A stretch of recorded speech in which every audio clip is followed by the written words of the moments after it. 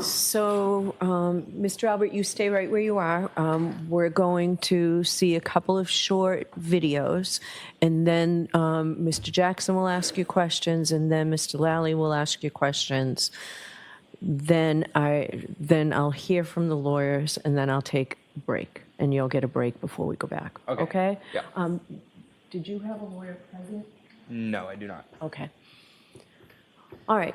So the first one, are they both on the same? They're separate. I separated them. All right. So let's mark them each for identification. The one I'm holding in my right hand. Bring it up. I'll call advantage. Okay. That would be GG for identification. Thank you. Good luck.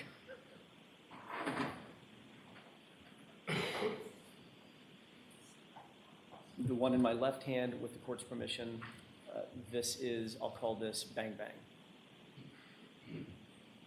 That would be HH for identification. All right. Thank you. All right. So play GG first, please. Yes, Your Honor. Yo, your revenge boys. I will beat all your asses. I promise you, I will fuck you all up. Pull up, bitch. Okay. And the next one, please. You're a bitch, bro. Fuck you. Yeah, fuck you, pussy. Me too, boy, you be knocked out. KO. Bang, bang. Okay. May I inquire, Your Honor? Yes. I'm going to take those two videos one at a time. I'm going to call one the advantage voice and one the bang bang video. For purposes of my questioning, Mr. Albert, specifically regarding the advantage voice video, did you recognize it? Yes. How did you recognize it?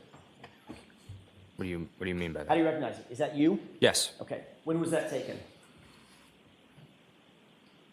Maybe my sophomore year in high school, around. Where were you? I don't remember. Okay, Where? so your sophomore year in high school, that's about 3 or 4 years ago? Yeah, around. You indicated on cross-examination you've never been in a fight, No. indicating that you have no violent tendencies and no violent proclivities, correct? Nope. What were you saying on that video? That I would beat them up. Did you say you would beat them up, or did you say, I will fuck you up? I said I will F you up. No, you didn't say, I will F you up. What did you actually say? That I would fuck them up. You also said something about beating somebody's ass, right? Correct. What did that mean? That I would beat them up. So when you said, I will fuck you up and I will beat your ass, was that a friendly invitation? No. That was a threat, correct? I don't know if I would call it a threat. Don't? I'm not sure. Someone walks up to you. I'm not going to do it. But if someone did, walked up to you and said, I will fuck you up. I will beat your ass. You wouldn't take that as a threat? If they walked up to me, yeah. But if they didn't walk up and just shouted it across the street and stood there and said, I will fuck you up, I will beat your ass, that's not a threat. I'm not sure. Yeah, I think you are sure, sir. All right. So that I'll strike at the Commonwealth standing up and objecting. Were you threatening these advantage boys, guys, whoever they are? Yeah, kinda. Were you threatening them with violence?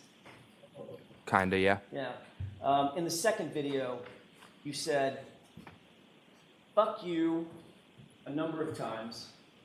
And then you said, KO, you said, pull up, KO, bang, bang. Right? Correct. Explain that to me.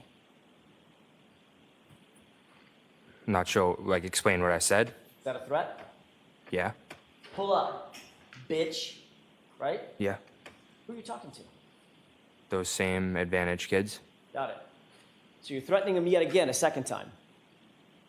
Yeah. What does pull up mean? Like, come by? Yeah, meaning get over here. Right? Yep. Because when you do, I'm going to fuck you up, right? Yeah. Meaning I'm going to fight you and I'm going to put you down. Correct? Correct. That was your threat to them. Correct. Can we get a time on this second one? Of course. When was the second one, the bang bang threat made? Before or after the Advantage Boys? I'm not sure. After? Might have been this same night. I really don't know. Well, you're dressed completely differently, so it's probably not the same night. You would agree with that? Unless I could have changed my shirt. I do that often. Okay. So you changed your shirt, and on the same night, you just decided to threaten the guys twice. Is that what you're saying? Maybe. You're not sure? I'm not sure. Was it around the same time frame? Around, yeah. All right. The fact of the matter is, Mr. Albert, you do like to fight, don't you? Nope. The fact of the matter is, you showed up at another hearing, at another proceeding, to testify, and you showed up with busted knuckles then, too, didn't you? I do not remember. July 27th, 2023, do you remember being at another hearing? Yes. Do you remember being questioned by some attorneys? Yes.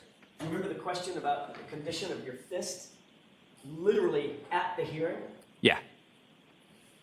It was obvious to the person that was questioning you that you had an injury to your fist, correct? Objection. Well, that's sustainable. I'll rephrase that. My apologies, Your Honor. You were asked questions by the questioner about the condition, the physical condition of your fist, weren't you? Correct. And you claimed at that time, well, let me back up for a second and ask a different question. They were asking because you had open injuries on your right knuckles yet again, didn't you? Correct.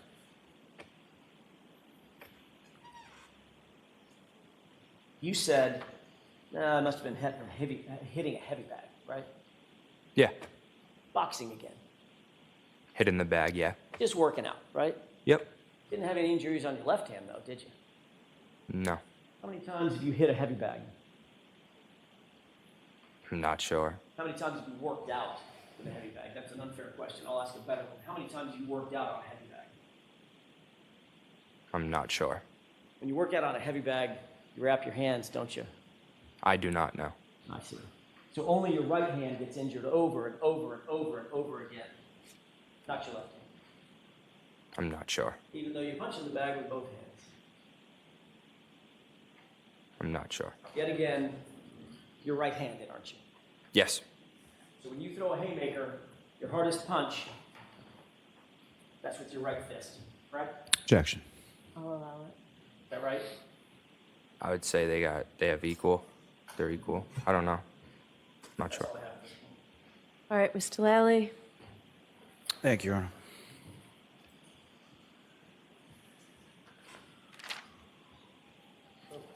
Mr. Albert,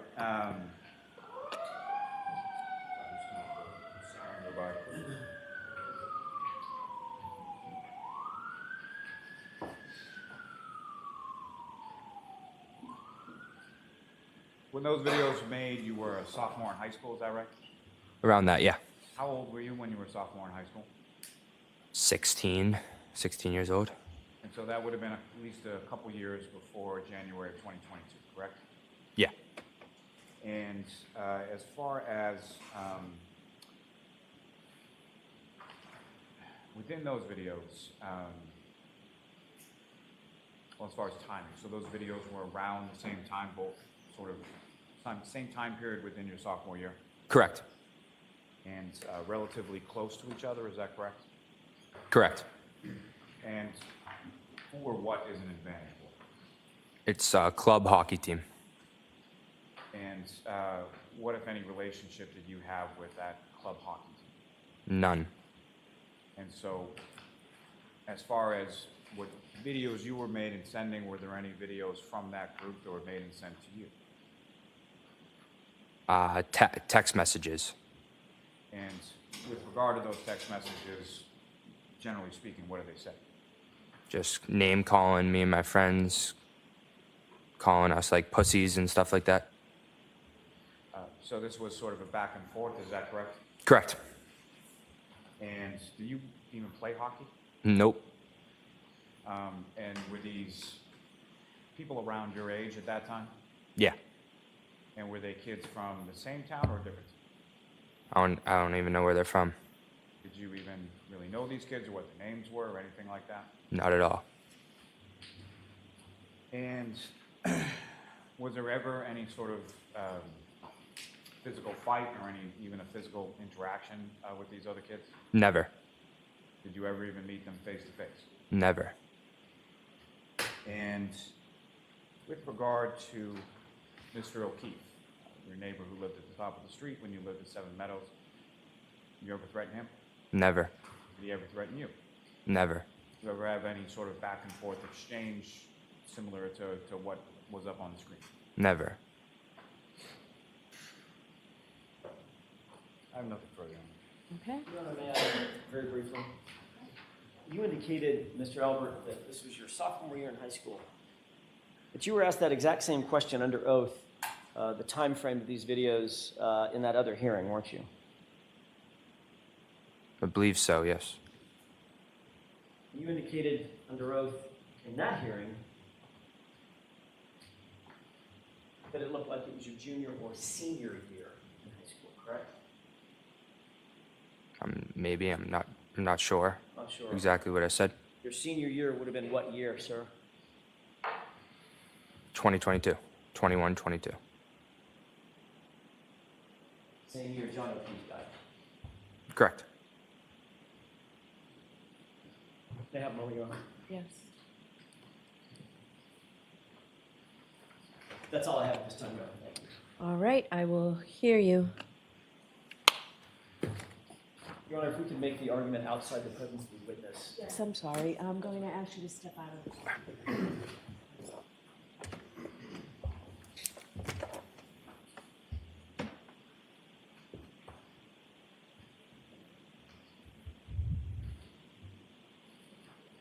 Thank you, Your Honor. Hold on. Oh, I'm sorry. Oh, okay. Yeah. Okay, yeah, you cannot hear in that back room. No problem. I appreciate you giving us the opportunity. Your Honor, it's very clear that these videos are highly, highly relevant, given the sanitized testimony that this witness has tried to present to this jury. He's indicated that he's never been in a fight, he doesn't have any violent proclivities, he doesn't have any violent tendencies. It's not in his countenance to do this. Mr. Lally opened this So door. you only got that through the voir dire? Understood. Okay, Understood. so the violent tendencies only came in through the voir dire. Well, that's not true. When in front of the jury, he said, "I've never been in a fight." Okay, but that specific question, you said violent tendencies, it was unobjected to, but that was voir dire. Understood. Understood. Mr. Lally clearly opened this door yesterday. He presented a photograph or a series of photographs with this witness's family. His arm draped over his aunt. He's with his mom, looking very, very family-oriented, etc. And Mr. Lally went further than that and specifically said, "I want you to take a look at your face, and your hands, and your extremities. Do you see anything unusual or odd about that?" That's why I believe the court allowed, based on the testimony today, allowed the photograph in February of 2022 of the actual photo that cannot be manipulated. It's in the hands of a third party of the busted and injured knuckles on this witness's right hand. He then said, "I've never been in a fight." Those two videos belie that testimony. There is no way to look at those two videos and say, this is not relevant to the issue of whether or not he has been in a fight. But tell me how whether he's been in a fight is relevant to an issue in this case. That's what you have to do. Because the police should have, the Massachusetts State Police should have, if they were doing their due diligence, they should have investigated this young man. They should have investigated every single person that was in that house, in or around the home of where John O'Keefe was found, the Albert home, and they didn't. They did nothing to investigate whether or not there was someone in the house who tended to fight. who wanted to get in physical altercations, who had a propensity to get in physical altercations, who was a fighter by nature, who threatened to fight, who threatened violence. That's what this young man has indicated he does constantly. I'm surprised he didn't show up in this hearing with busted knuckles. So does this go to your third-party culprit defense? It goes to both. It certainly goes to Bowden, but yes, it also goes to our third-party culprit defense as well. This is a focus of, I believe, this should be a focus of the jurors' attention in terms of, is there a third party who could have done this, that evidence points to, that may have done this? Absolutely. This evidence, what we now have, points directly in that it's focused in that direction. So yes, both it should have been investigated, and Colin Albert is somebody that the jurors should focus their opinion on or their attention on to determine whether or not he could have or was involved in the death of John O'Keefe. All right, Mr. Lally? Yes, Your Honor. The Commonwealth would submit did not open the door in reference to this, showing a photograph of someone and what they physically looked like. There was no suggestion. The only questions that were asked about fighting or anything of that nature were by counsel. So counsel thinks he opened his own door. I don't think that's exactly how that works. This is nothing more than rank speculation. It has nothing, bears no relevance whatsoever to this case. You're talking about something that is dated at least a year, if not two, prior to the incidents in this case. But what if it's as Mr. Jackson pointed out, the prior testimony, his senior year, which is, of course, is much closer? Well, I think even assuming that, as far as relevance is concerned, Your Honor, there is no evidence here of a fight at all. There is no evidence that this witness was even present at the house at the same time as the victim. There's no evidence of any animus between this witness and the victim. There is no evidence whatsoever, as I stated, that he was even present at the same place at the same time on the night with John O'Keefe, on the night that John O'Keefe was killed. There is no evidence from even these videos of any physical altercation having taken place. So whatever juvenile beef that he and his friends had with individuals from another town, there's no evidence whatsoever of a physical altercation. There's no evidence that there's a physical altercation even in this case. So to allow counsel to introduce this purely for prejudicial reasons and to invite the jury to speculate as to what it is essentially does nothing but divert the jury's attention away from the facts of the case and what the evidence of the case is, and more so is just there's no evidence of anything in this case. May I begin briefly? Yes. In terms of evidence of a fight, I don't know what Mr. Lau is talking about. He says there's no evidence of a fight in this case. John O'Keefe looks like he had been beaten to death. He's got two black eyes, a laceration over his right eye, a laceration over his nose, a giant wound on the back of his head, and he doesn't look like he was hit by a car. He looks like he was in a physical altercation. It's as plain as the nose on your face, and we have evidence that we have witnesses who are going to propound that evidence and present that evidence. So Mr. Lally and the Commonwealth can take whatever position they want to.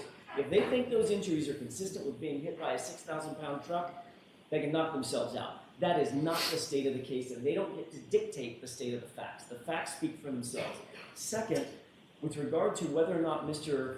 Albert was home that night, or at the home that night in a position to be able to engage in a physical altercation, which, by the way, takes about that long, that is predicated on his own family members covering for him. Every one of the witnesses who testified basically are friends and families of the Alberts. And keep in mind, Your Honor, I don't think it's lost on anybody that Colin Albert was hidden, specifically and intentionally hidden from all of law enforcement for the first several months of this investigation. Nobody was willing to even say he was at the house. That is highly, highly suspicious. Given the gravity of what we have now, I would take an issue with one thing Mr. Lally said. He said this diverts the jurors' attention. I would agree it diverts their attention. It diverts their attention to somebody who possibly could be involved with this, who was not properly investigated. And I'll submit. Okay. So may I have those 2 flash drives, please? Yes. No, I was asking Madam Court Reporter. All right. So I will, why don't we take a 15-minute recess? I'll look at these and we'll come out. And sir, I'll remind you, you're still under oath. All right. So Mr. Jackson, Madam Court Reporter has 2 marked for identification. Are you moving to introduce those into evidence at this point?